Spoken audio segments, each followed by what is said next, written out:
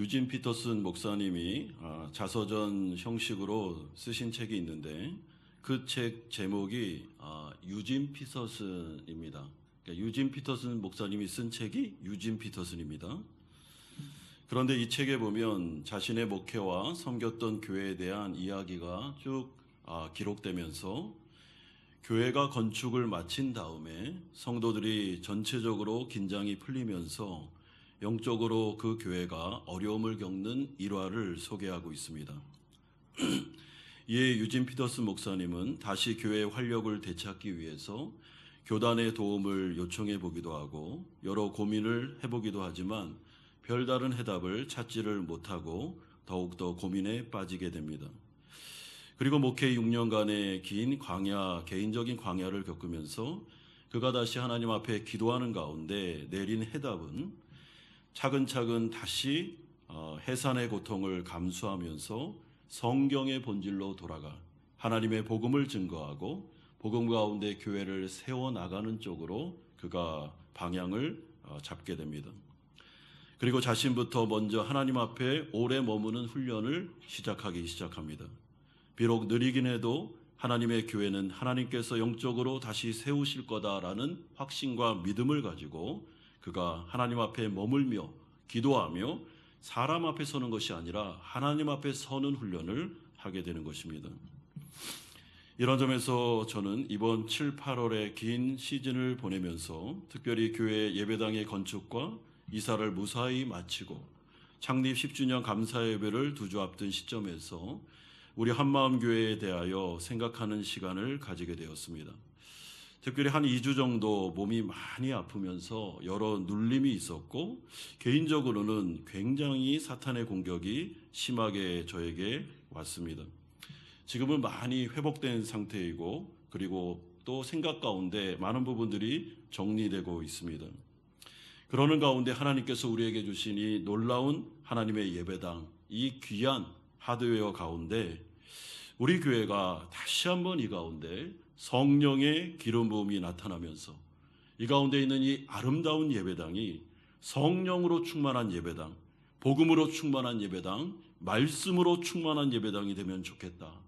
모이는 자들 가운데 기도의 소리가 끊이지 아니하고 하나님을 갈망하며 주님을 바라보며 우리가 하나님의 나라를 세우는 귀한 공동체가 되면 좋겠다라는 생각이 불일 듯 제 마음에 올라오기 시작했습니다.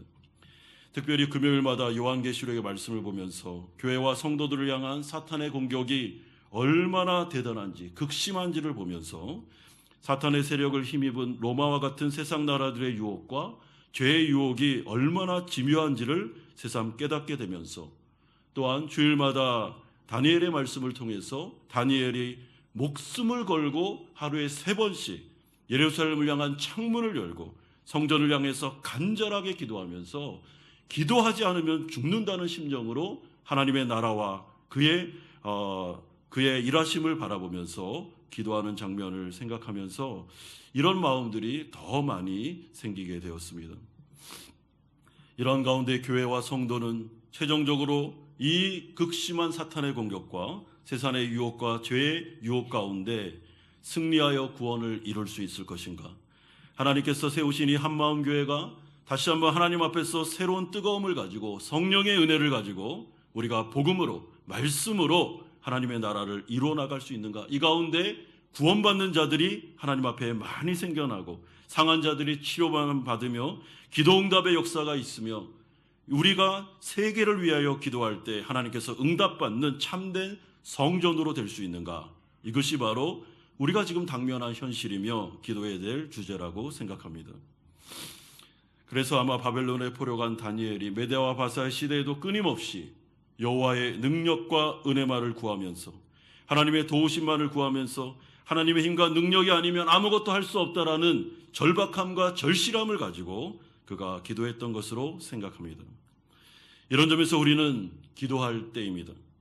하나님께서 우리 가운데 주신 이 아름다운 예배당, 하나님의 은혜 가운데 기적 가운데 이루어졌습니다. 여러분 다 이룬 것이 아닙니다. 이제는 이 아름다운 예배당 가운데 성령 충만함과 복음의 충만함과 기도의 능력과 그리고 영혼들을 살리는 역사가 이 가운데 충만하게 나타나야 될 줄로 믿습니다. 그러기 위해서는 기도 외에는 방법이 없습니다. 아무리 뛰어난 사람들이 모여 있고 아무리 뛰어난 재능을 가진 자들이 모여 있다 할지라도 기도하지 않으면 하나님의 능력은 나타날 수 없으며, 그것은 목회자인 저부터 시작해서 지도자들 그리고 이 기도의 영이 널리 전파됨으로 말미암아 우리가 한 힘을 다하여 아름다운 예배당에 모여 기도하고 모일 때마다 하나님의 능력을 구하는 방법밖에는 없다라는 것이 제가 생각한 결론입니다. 이런 점에서 오늘 우리가 기도하기를 소망합니다. 요한계시록의 말씀을 통해서 눈에 보이지 않는 실제하는 하나님의 나라, 이 가운데 지금도 계속해서 놀랍게 전쟁을 벌이고 있는 눈에 보이지 않는 사탄의 세력, 이 모든 것들을 거룩한 성도들이 함께 모여 기도할 때 우리가 이 모든 것들을 제압하며 하나님의 영광을 향해서 나아갈 수 있을 줄로 믿습니다. 이런 점에서 우리가 오늘 첫 번째로 살펴볼 주제는 이러한 영적인 전쟁 가운데 영원한 복음이 계속해서 선포되는 모습이 6절에서 11절까지 나타나고 있습니다. 사도 요한은 지금까지 요한계시록 12장 13장을 통해 길게 용으로 상징되는 사탄의 세력과 짐승으로 상징되는 세상 권력 및 악한 나라들에 대한 예언의 말씀을 전했습니다. 그리고 마지막 때 이러한 악한 세력들이 엄청난 힘과 능력을 가지고 지금도 교회와 성도들을 공격하고 있으며 와해시키고 있으며 하나님의 나라가 답보 상태에 빠지도록 불철주야 노력하고 있다라는 것을 사도 요한이 목격하고 증언한 바 있습니다. 그럼에도 불구하고 이러한 가운데 6절에 보면 하나님의 영원한 복음이 모든 민족과 종족과 방언과 백성들에게 계속해서 끊임없이 전파되는 모습을 또한 사도 요한이 목격하고 있습니다. 복음에 전파된다는 것은 하나님의 나라가 여전히 사탄의 끊임없는 공격에도 불구하고 계속 전진하고 있으며 확장되고 있다는 것을 뜻합니다. 이처럼 하나님은 아무리 극심한 용광로와 같은 사탄의 공격과 영적인 싸움이 치열하다 할지라도 그 가운데 하나님의 나라를 확장시키시며 하나님은 절대로 좌절하거나 실패하지 아니하시며 하나님의 나라는 지금도 강력하게 전진하고 있다라는 것을 사도 요한이 목격하고 있습니다. 여러분, 하나님의 나라는 좌절되지 않습니다. 하나님의 나라는 반드시 전진하며 하나님의 나라는 영원한 나라로 이 가운데 승리의 나라로 세워질 것입니다. 그렇다면 이를 듣고 믿어 순종하면 구원을 받게 되는 영원한 복음의 내용은 과연 무엇인가? 오늘 본문 7절에서 11절까지는 복음의 4가지 내용을 설명하고 있습니다. 첫 번째가 7절에 나오는데 하나님을 두려워하며 그에게 영광을 돌리라 라고 하면서 그분이 바로 창조주 하나님이심을 강조하고 있습니다. 따라서 끊임없이 복음은 이 세상이 주인 없는 무주공산이 아니라 엄연한 주인이 계신 곳임을 말씀하고 있습니다. 따라서 사람들은 절대로 기준 없이 자기 마음대로 살아서는 안 됩니다. 창조주 하나님을 의식하고 그분께서 세우신 그 기준을 두려워하면서 여호와를 경외하는 마음으로 나아가야지만 구원받을 수 있는 것입니다. 둘째로 복음은 7절에 나오는데 공의로 하나님은 심판하시게 될 거다라고 말씀하고 있습니다. 따라서 이 세상에 살아가는 모든 인간들은 다 자신들이 살았던 삶에 대하여 책임을 져야 됩니다. 내가 왜 이렇게 살았는지, 내가 왜 예수님의 복음을 거부했는지, 하나님을 두려워하지 않았는지, 죄에 뒹굴며 로마와 같은 세상의 유혹에 빠져 살았는지 하나님의 심판대 앞에서 책임지고 그 부분에 대해서 자기가 다 진술해야 됩니다. 이것이 바로 복음의 두 번째 내용입니다. 복음의 세 번째 내용이 8절에 나오는데 모든 나라를 우상숭배의 음행으로 유혹했던 큰 성 바벨론, 로마와 같은 세상 나라가 무너지게 될 거다라고 말씀합니다. 그러므로 이 세상에 존재했던 모든 나라는 영원한 나라가 아닙니다. 여러분, 영원한 나라는 하나님의 나라밖에는 없습니다. 영원히 영존하는 분은 하나님밖에는 없습니다. 블레셋도 그 가운데 있는 로마도 지금 있는 이 모든 강대국들도 다 사라지게 됩니다. 그러므로 복음은 우리 가운데 분명히 말씀하시기를 영존하시는 하나님을 의지해야지 이 땅 가운데 있는 강대국이나 아니면 피조물된 인간을 의지하는 자는 나중에 낭패를 당하게 될 거다라고 복음은 세 번째로 말씀합니다. 마지막 네 번째로 복음은 10절에서 11절을 통하여 이렇게 말씀합니다. 하나님을 경외하지 않고 무시하면서 예수 그리스도를 영접하지 않고 끝까지 거부한 자들은 그들의 운명은 불과 유황으로 영원한 고난을 받게 될 것이며 지옥불에 던지게 될 거다라고 말씀하고 있습니다. 그러므로 이러한 복음이 이제 세상 끝날까지 전파되고 있습니다. 따라서 오늘 본문은 이러한 환상을 통해 교회의 1차 되는 사명이 바로 계속해서 끊임없이 이러한 복음을 때를 얻든지 못 얻든지 전파해야 됨을 강조하고 있습니다. 여러분, 교회의 1차적인 사명이 무엇입니까? 우리는 지금 세상적인 이야기를 들으려고 이 자리에 모인 자들이 아닙니다. 복음, 하나님의 영원한 영적인 말씀을 들으려고 모여 있습니다. 사람이 듣느냐 듣지 않느냐 중요하지 않습니다. 그들의 책임입니다.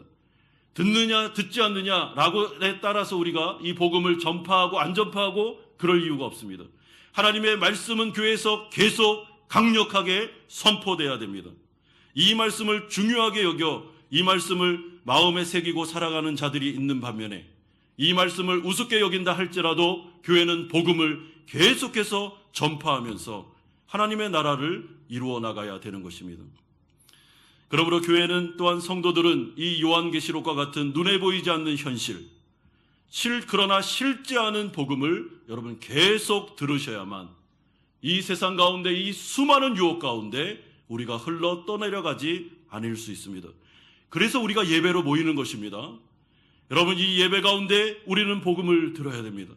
눈에 보이지 않는 실제 않은 세상, 요한계시록 12장 13장에 나와 있는 사탄 마귀의 세력들, 지금도 역사하고 있는 그 악한 세력들, 그러나 그 가운데 전진하고 있는 하나님의 나라, 영원한 나라, 그 나라만 영원할 거다라는 하나님의 복음을 우리는 들어야 되고, 설교자는 이 복음에 헌신해야 되며 교회가 함께 이 말씀으로 나아갈 때 우리는 하나님을 기대하면서 이 영혼을 지키면서 살아갈 수가 있는 것입니다. 여러분, 이런 가운데 복음을 믿는 자들의 최후가 두 번째로 나타나는데 1절에서 5절 그리고 12절에서 13절 가운데 나타나고 있습니다. 이렇게 선포되는 복음은 모든 인류를 딱 두 부류로 나누게 됩니다. 첫 번째 부류가 바로 오늘 본문에 나오는 14만 4천 명으로 대변되는 성도들의 무리고, 두 번째 부류가 바로 예수를 믿지 않아 영원한 멸망으로 나아가는 무리들입니다. 여러분, 그렇다면 14만 4천 명으로 대변되는 성도들의 무리의 최후가 어떻게 되겠습니까? 오늘 본문은 사탄의 엄청난 영적인 공격과 세상의 유혹 가운데서도 이들이 최종적으로 승리하여 끝내는 구원받게 될 것임을 확증적으로 말씀해주고 있습니다. 1절에 보십시오. 또 내가 보니 보라, 어린 양이 시온산에 섰고 그와 함께 14만 4천이 서 있는데 그들의 이마에는 어린 양의 이름과 그 아버지의 이름을 쓴 것이 있더라. 어린 양과 함께 시온산에 14만 4천 명이 서 있다. 여러분, 앉아 있는 게 아니라 서 있다라는 게 중요합니다. 이것은 최종적인 승리자로서 매우 당당한 모습으로 승리의 자리에 서 있는 것을 우리에게 알려줍니다. 자, 그렇다면 어떻게 해서 이들이 이러한 극심한 사탄의 공격과 죄와 세상의 유혹 앞에서도 끝까지 신앙을 포기하지 않고 구원의 승리를 이룰 수 있었을까? 그럼 그 이유가 3절에서 4, 5절에 나오고 있습니다. 그것은 이들이 특별히 의롭거나 남달리 의지가 강한 자들이 아니었기 때문이 아니라 주 예수 그리스도께서 3절에서 4절에 두 번 반복되는 것처럼 이들을 속량했기 때문이다라고 말씀해주고 있습니다. 여러분, 이 두 번 반복되는 속량함이라는 이 신학적인 용어는 주인이 정당한 값을 치르고 노예를 자신의 소유로 사는 것을 말합니다. 그렇기 때문에 정당한 값을 치렀기 때문에 이제 그 노예는 이 주인의 정당한 소유가 됩니다. 그리고 13절의 설명처럼 주 안에서 죽은 자들, 주 안에서라는 말은 그리스도와 연합을 뜻합니다. 그러므로 하나님께서 이들의 구원을 주도하시기 때문에 하나님께서 이들을 정당한 값을 사고 자신의 소유로 삼아 그리스도 안에서 그리스도와 연합된 자가 되었기 때문에 자신들의 어떤 거룩함과 자신들의 남다른 의지와 의로움을 통해서 이들이 최종적인 구원을 이루는 것이 아니라 하나님께서 이들의 구원을 주도하셨기 때문에 이들은 결국 최종적인 구원의 승리를 이룰 거다라고 말씀해주고 있습니다. 여러분, 그런데 오늘 제가 집중적으로 좀 살펴보고 싶은 주제가 하나 있는데, 그것은 이들이 예수님을 믿고 속량함을 받아 그리스도와 연합이 되어서 마지막 14만 4천 명이 최후의 구원의 승리를 얻을 거다라는 것도 강조되고 있지만, 여러분, 오늘 본문에서 우리가 집중적으로 봐야 되는 것은 그 과정입니다. 과정. 이 과정 가운데 14만 4천으로 대변되는 이 구원받는 성도들이 매일과 같이 이들이 경험하고 체험하는 게 있는데, 그게 뭐냐는 것이죠. 여러분, 3절을 한번 잘 보십시오. 3절. 혹시 성경이 있으시면 같이 한번 읽으면 좋겠습니다. 3절 같이 한번 읽겠습니다. 시작. 그들이 보좌 앞과 내 생물과 장로들 앞에서 새 노래를 부르니 땅에서 속량함을 받은 14만 4천 밖에는 능히 이 노래를 배울 자가 없더라. 여러분, 여기에서 새 노래가 나오는데, 새 노래에 대한 설명이 뭐라고 나오냐면 14만 4천 밖에는 능히 이 새 노래를 배울 자가 없다라고 소개하고 있습니다. 여기서 배울 자가 없다라는 말은 이해할 자가 없다라는 것이 더 정확한 번역입니다. 그러니까 이들이 최후 승리 때 하나님의 보좌 앞에서 장로들과 그 가운데 있는 천사들 앞에서 그들이 우렁차게 놀랍게 큰 소리로 새 노래를 막 부르는데, 여러분, 이 새 노래는 하나님으로, 예수님으로부터 속량함을 받은 구원받은 성도 외에는 이해할 수도 없고 배울 수도 없고 따라 부를 수도 없는 노래가 바로 이 새 노래다라고 말씀해주고 있습니다. 여러분, 그렇다면 이 새 노래가 무엇이겠습니까? 새 노래는 구원의 노래를 말하는 것으로 하나님께서 매일마다 새롭게 부를 수 있는 노래와 찬양을 의미합니다. 그러니까 성령께서 동행하시는 성도들만이 이들의 고난과 핍박의 삶 가운데 하나님의 놀라운 도우심과 인도하심과 긍휼하심과 자비하심, 그리고 새로운 기적과 능력을 경험하게 되는데, 어제가 다르고 오늘이 다르고 내일이 다르다는 것이죠. 매일마다 새로운 은혜입니다.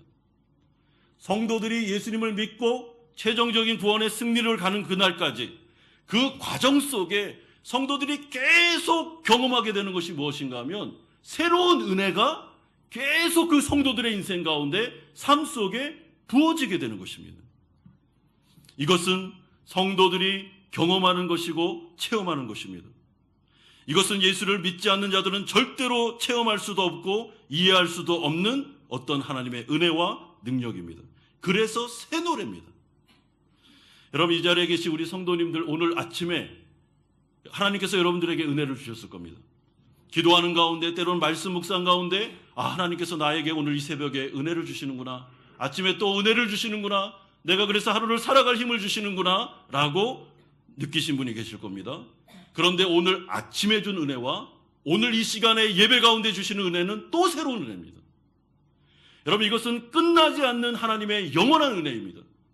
우리가 예수를 믿는 순간 하나님은 우리 가운데 새 노래를 주시고 새로운 은혜를 주시고 새로운 기적을 주시고 새로운 체험을 주시는데, 죽는 그날까지, 예수 그리스도의 십자가 심판대 앞에 설 때까지 끊임없는 새 노래가 성도들로부터 울려 퍼지도록 하게 한다는 것입니다.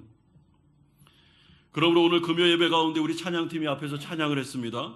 우리가 다 아는 찬양이었습니다. 우리가 지난주에도 불렀고 그 전에도 불렀던, 여러 번 불렀던 찬양입니다. 그러나 오늘 금요 예배 때 불렀던 그 찬양은 동일한 찬양이지만 새 노래입니다. 왜냐하면 하나님의 은혜를 또 새롭게 우리가 이 예배 가운데 경험하기 때문입니다. 그렇기 때문에 다니엘은 늘 새로운 하나님의 기적과 하나님의 은혜를 경험하며 살았습니다.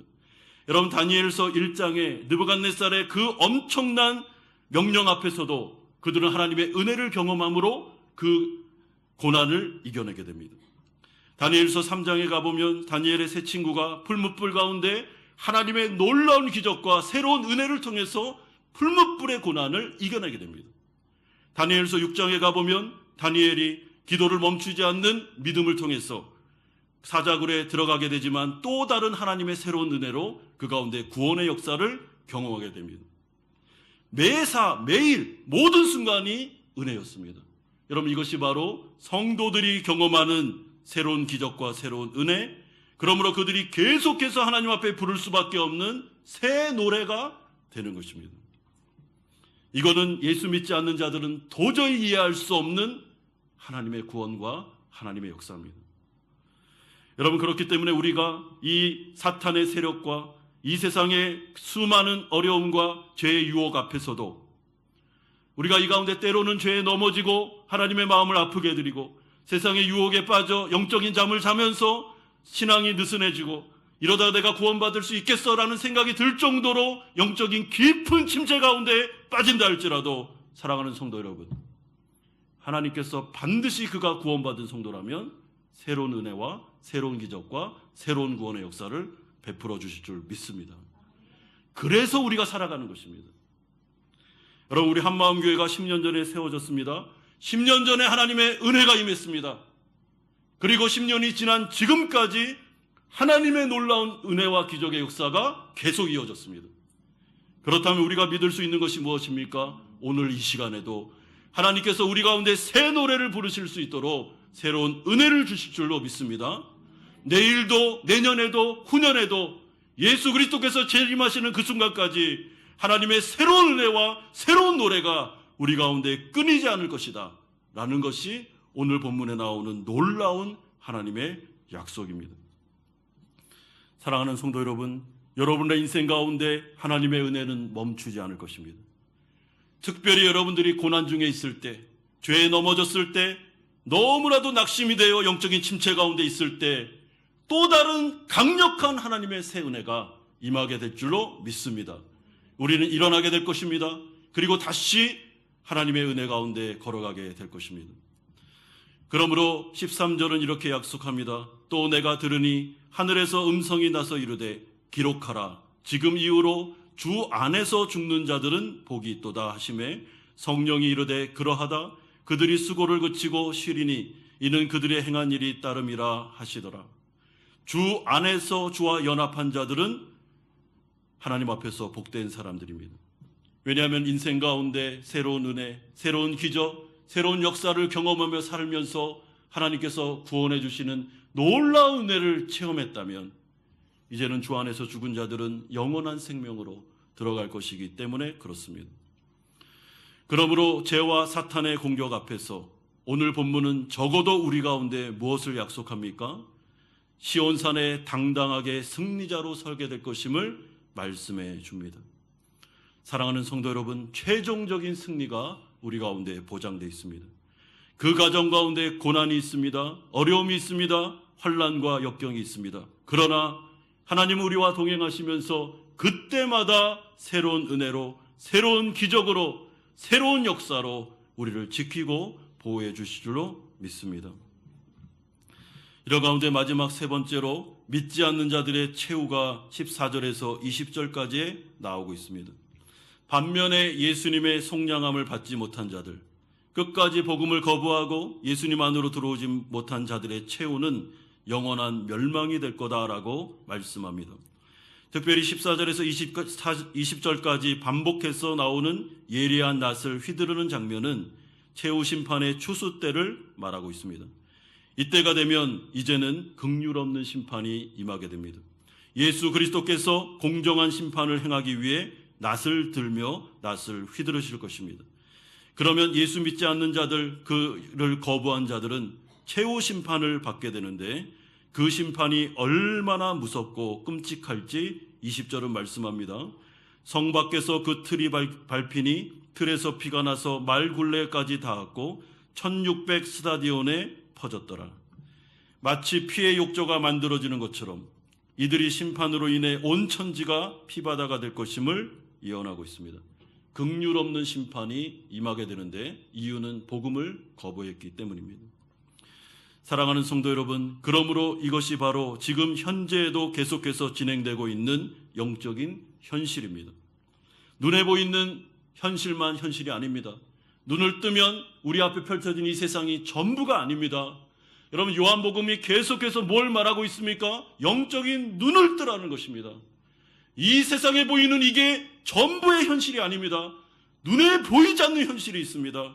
하나님의 나라가 전진하고 있습니다. 그 가운데 하나님의 나라를 대적하는 사탄의 역사가 실제하고 있습니다. 그러나 최종적으로 복음은 승리하게 될 것이며 예수 믿는 자들은 주 안에서 영원한 생명으로 나아가게 될 것이고, 예수 믿지 않는 자들은 영원한 멸망으로 나아갈 수밖에 없다라는 것이 요한계시록에 계속되는 강력한 말씀입니다. 그러므로 사랑하는 성도 여러분, 영적인 잠을 자시면 안 됩니다. 영적으로 눈을 뜨셔야 됩니다. 교회 가운데, 예배 가운데 설교자들은 계속 복음을 선포해야 됩니다. 이 세상 가운데 있는 것들 현실적인 이야기만 하면 안 됩니다. 눈에 보이지 않는 현실, 또 다른 현실, 그러나 실제하는 현실, 하나님의 나라와 사탄 마귀의 세력에 대하여 우리는 선포해야 됩니다. 그러므로 사랑하는 성도 여러분, 영적인 눈을 뜨십시오. 이 세상에 흘러가는 죄와 세상의 유혹에 함몰되시면 안 됩니다. 그냥 술 취한 차르타들처럼 성적인 범죄와 이 세상의 모든 유혹에 흘러 떠내려가시면 안 됩니다. 큰일 납니다. 사랑하는 성도 여러분, 다시 한번 우리 영혼의 옷깃을 여물고 하나님 앞에 서서 영적인 눈을 분명히 뜨고 우리를 유혹하고 하나님의 구원에서 멀어지게 만드는 세력이 있다는 것을 기억하고 하나님 앞에 기도하면서 이 전진하고 있는 하나님의 나라 백성답게 이 세상 가운데 거룩하게 하나님의 군사답게 사는 것, 그것이 바로 복음을 들은 합당한 인생이다라고 말씀해주고 있습니다. 오늘 이 밤에 하나님 앞에 우리가 기도하기를 소망합니다. 하나님께서 우리를 성도로 부르셨고 교회로 모이게 하셨습니다. 기도하기를 원하고 계십니다. 하나님의 나라를 위해서, 또한 사탄 마귀를 묶는 그런 기도를 통해서 하나님의 나라가 확장될 수 있도록 여러분의 인생 가운데 영적인 성장이 일어나고 우리 교회 가운데 성령이 부어지며 하나님을 대변하는 교회로 우리 교회가 우뚝 세워질 수 있도록 여러분 힘을 모아 주십시오. 함께 기도해 주십시오. 영적인 잠에서 깨어나 다시 한번 하나님 앞에서 다니엘과 같이 기도함으로 하나님의 나라를 이루시는 여러분의 인생 가운데 복된 인생들이 되시기를 주 예수 그리스도의 이름으로 축원드립니다.